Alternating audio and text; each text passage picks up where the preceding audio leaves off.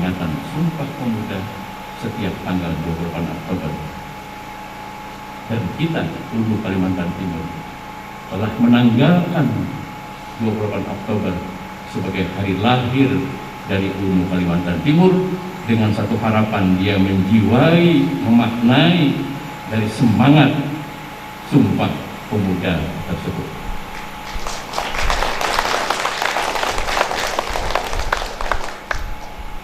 Saudara-saudara sekalian yang saya hormati, dengan memiliki modal sumber daya dosen yang ilmiah, berkualifikasi S2, dan memiliki kompetensi bidang ilmu berasal dari perguruan tinggi terbaik dan terkemuka, baik dalam negeri maupun luar negeri, UNU Kalimantan Timur berkomitmen untuk terus maju diri menjadi universitas ternama di bidang sains, teknologi, dan humaniora berdasarkan nilai-nilai Islam Ahlus Sunnah wal Jamaah dan nilai-nilai kebangsaan.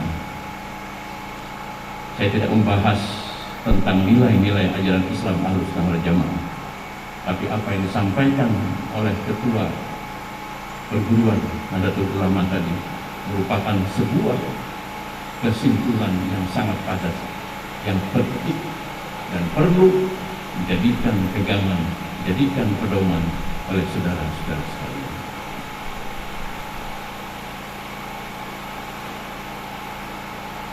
UNU Kalimantan Timur juga mengarahkan mahasiswa untuk menjadi sarjana yang memiliki kemampuan wirausaha. Saya sudah disinggung oleh Ketua YPN Alki. Jangan anti Cina, jangan anti Amerika, jangan sering menyalahkan negara lain,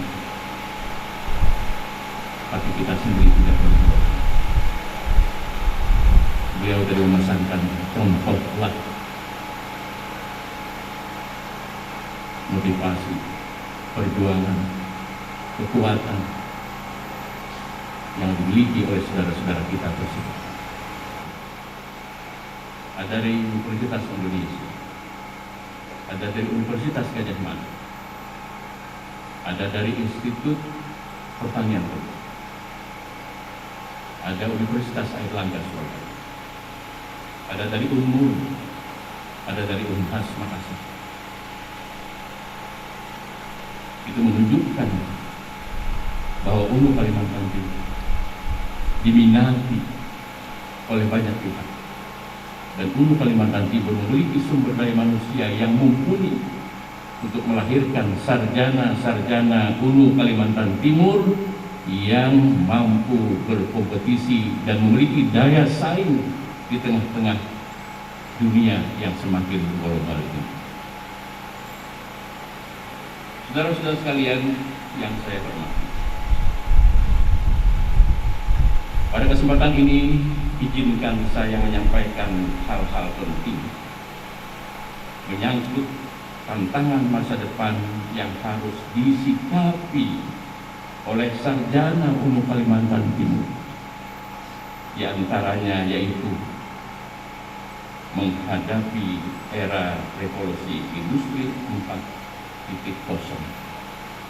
yang beberapa waktu yang lalu dalam acara Dies Natalis kita dijadikan sebagai tema dari acara Dies Natalis.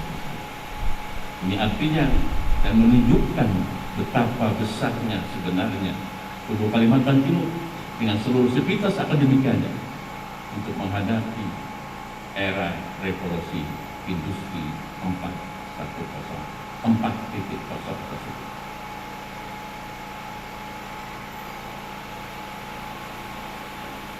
Di antara prinsip-prinsip era revolusi industri 4.0 tersebut adalah yang pertama, akselerasi industri generasi keempat yang hari ini sudah kita lihat di berbagai negara dan juga termasuk Indonesia, yang ditandai dengan eksisnya superkomputer robot pintar, kendaraan tanpa pengemudi, editing genetik, dan perkembangan neuroteknologi yang memungkinkan manusia untuk lebih mengoptimalkan fungsi otaknya. Pandangan saudara-saudara sekalian sebagai sarjana umum Kalimantan Timur, bagaimana berpikir, kemudian berbuat, dan berbuat. Kalau Anda tidak berpikir, Anda tidak berbuat, Anda akan menjadi penonton, dan selamanya akan menjadi penonton.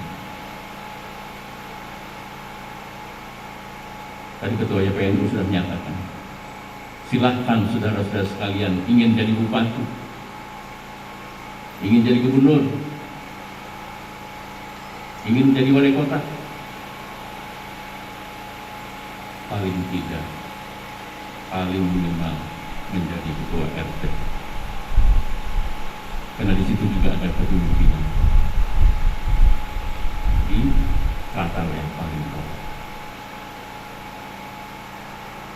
5-10 tahun ke depan, kami ingin melihat saudara-saudara sekalian berperan di masyarakat. Jangan jadi jagau kandang. Saya katakan, jangan jadi jagau kandang.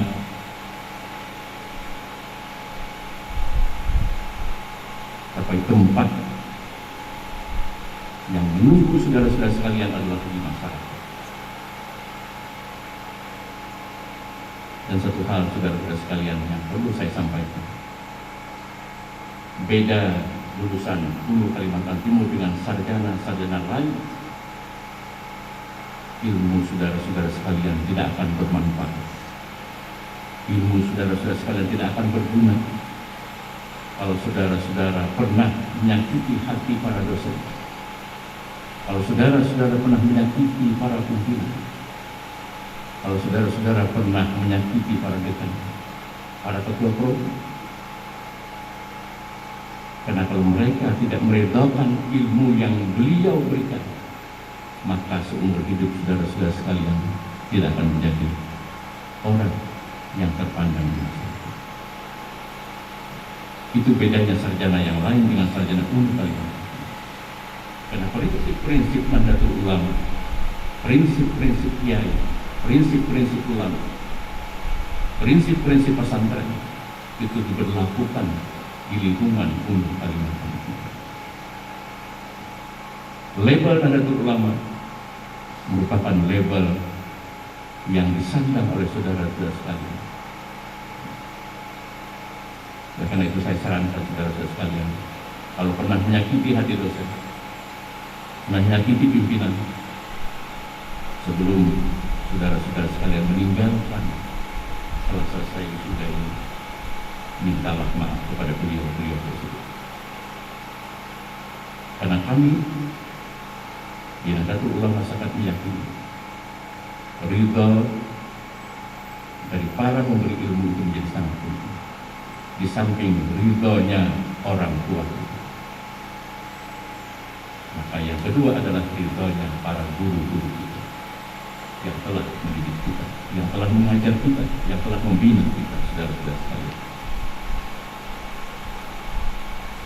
Hadirin yang saya hormati, ada 3 watak penting dari era revolusi industri 4.0 bila dibandingkan dengan era sebelumnya, yakni inovasi, otomasi, dan transfer informasi.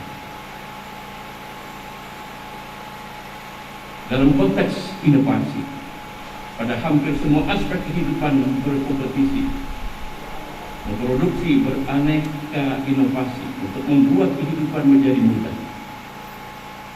Kemajuan negara, lembaga, dan perusahaan akan sangat bergantung pada intensivitas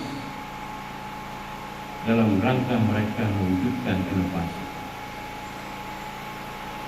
Akan lebih luas dan menyebar, dan serta lebih cepat inovasi tersebut dibandingkan dengan era sebelumnya. Dengan kecepatan ini terjadi terobosan-terobosan baru. Pada era sekarang secara eksponensial, bukan pada skala ini. Kita melihat fakta para produsen elektronik, otomotif, dan lain-lain secara semarak menawarkan aneka produk hasil eksplorasi inovasi mereka. Selanjutnya tentang otomasi sebagai karakter era industri 4.0 ditandai dengan banyaknya pekerjaan yang diganti dengan penggunaan fungsi dan peran mesin sehingga mengurangi peran manusia. Maka hal tersebut memberi dampak terhadap menurunnya biaya produksi dan meningkatnya output pekerjaan. Perubahan akan terjadi tidak sekedar pada sistem produksi manajemen, tetapi juga pada tata kelola lembaga, bidang transportasi dan perbankan misalnya. Telah terjadi otomasi luar biasa sehingga menghindari antri yang menghemat waktu, biaya dan tenaga.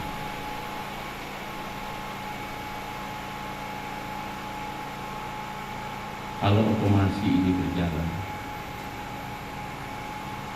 bersanding dengan sumber daya manusia yang lemah,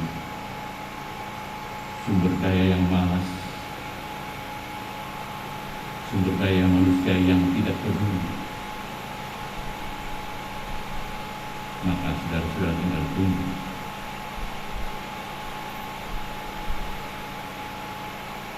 Di dalam masyarakat tidak akan bisa mengambil peran apapun.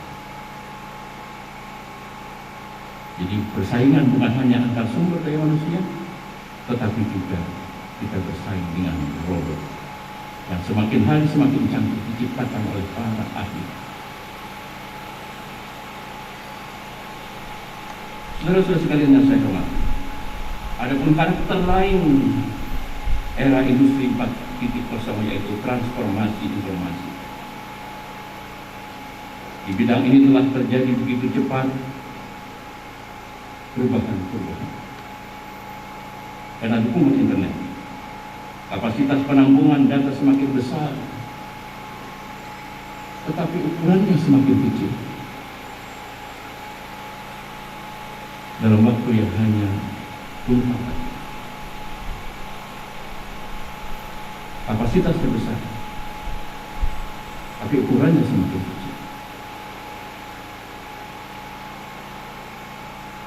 Termasuk kita pada hari ini dapat menyajikan tayangan untuk menikmati acara wisuda kita melalui daring, melalui internet, melalui Zoom, hingga dimanapun saudara-saudara kita berada dapat menyaksikan apa yang sedang kita lakukan pada kesempatan hari ini.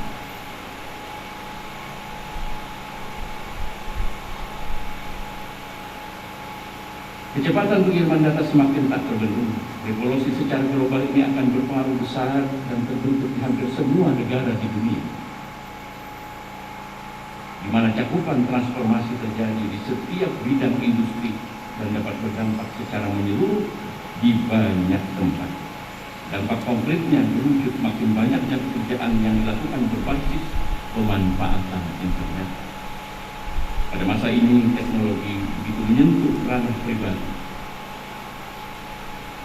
mengatur kesehatan, olah diet, olahraga, mengelola investasi, mengatur keuangan melalui mobile banking, memesan taksi, memanggil kendaraan, pesan makanan di restoran, beli tiket pesawat, mengatur perjalanan, main game, menonton film terbaru dan sebagainya.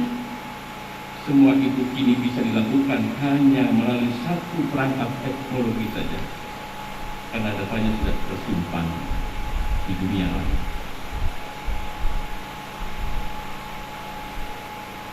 Termasuk ilmu pengetahuan yang bisa kita tutup, yang bisa kita baca.